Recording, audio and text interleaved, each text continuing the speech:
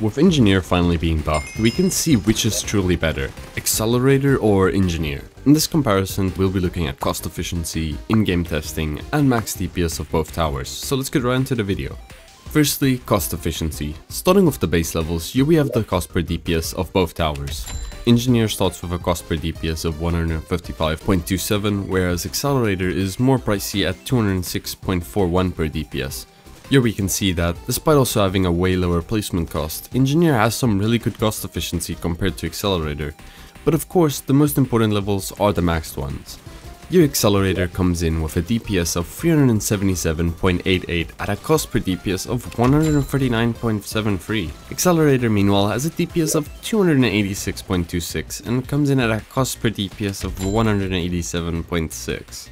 Now on paper, you'd think Engineer wins, but when you take Commander's buffs into factor, you get these numbers. Accelerator with a DPS of 366.75, and Engineer with a DPS of 411.91. With a gap of 50 DPS on paper, let's see how they perform in an actual game. I did a test run on multi-mode from waves 35 to 40, and these were the final damage counts. As we can see, Engineer dealt 7k more damage than Accelerator, which is 15% more. Not only that, a max Engineer costs basically 1000 less, so like, money. Now despite this, a lot of people are still gonna be using only Accelerator. Why? Hidden detection. Basically every game mode has a strong wave of hiddens where Engineers simply aren't good enough to stop them. This makes it a lot less appealing for most players. I've mentioned this before, but like, she's smart enough to make literal stun shields for the sentries, but she can't just like add a heat sensor or something, like it's actually brained. Now to solve this, you simply have to use a tower that is good for hidden, and guess what? Shocker, that brings you back to Accelerator.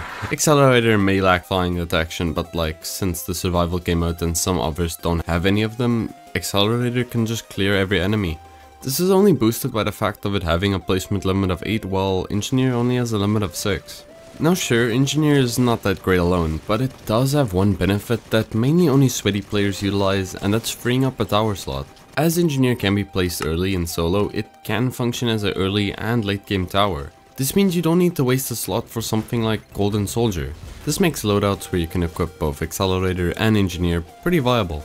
From this we can say using a mix of both towers would be the best option in theory, as Engineer has good cost efficiency, whereas Accelerator can make up for Engineer's poor hidden detection. So instead of getting 8 Accelerators, you can rather have 4 Accelerators and 4 Engineers for 8% more DPS and some additional flying detection.